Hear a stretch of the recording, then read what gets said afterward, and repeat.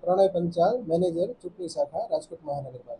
માનનીય રાજ્ય ચૂંટણી આયોગની સૂચનાથી તારીખ 23/3/2026ના રોજ મતદાર નોંધણી અધિકારી અને કમિશનર શ્રી રાજકોટ મહાનગરપાલિકાના માર્ગદર્શનમાં તેમજ શહેર ચૂંટણી અધિકારી અને જિલ્લા કલેક્ટર શ્રી રાજકોટના સહકાર થકી પ્રાથમિક પ્રસિદ્ધિ કરેલી હતી.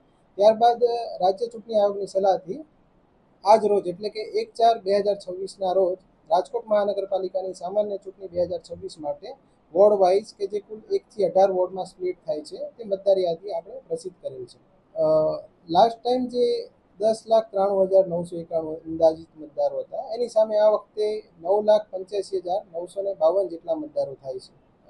હમણાં જ રિસેન્ટલી આપ જાણો છો કે જે SIR સ્પેશિયલ ઇન્ટેન્સિવ રિવિઝન જે સઘન મતદાર યાદી સુધારણા કાર્યક્રમ જે થયો હતો એના આધીન જે એબસેન્ટ હતા, ડુપ્લિકેશન હતા, શિફ્ટેડ હતા અને ડેથ જે થઈ ગયેલા મતદારો હતા એ મતદારો ડિલીટેડ થયેલ છે, નીકળી ગયેલ છે, એટલે આ ઘટાડો થવા પામેલ છે. કોઈ ખાસ વધારો નથી. આપણે પ્રાથમિકમાં જે રીતે ભાગ હતા 1,016, બસ એની સામે 1,014 જેટલા છે આખરીમાં આપણે લીધેલા છે.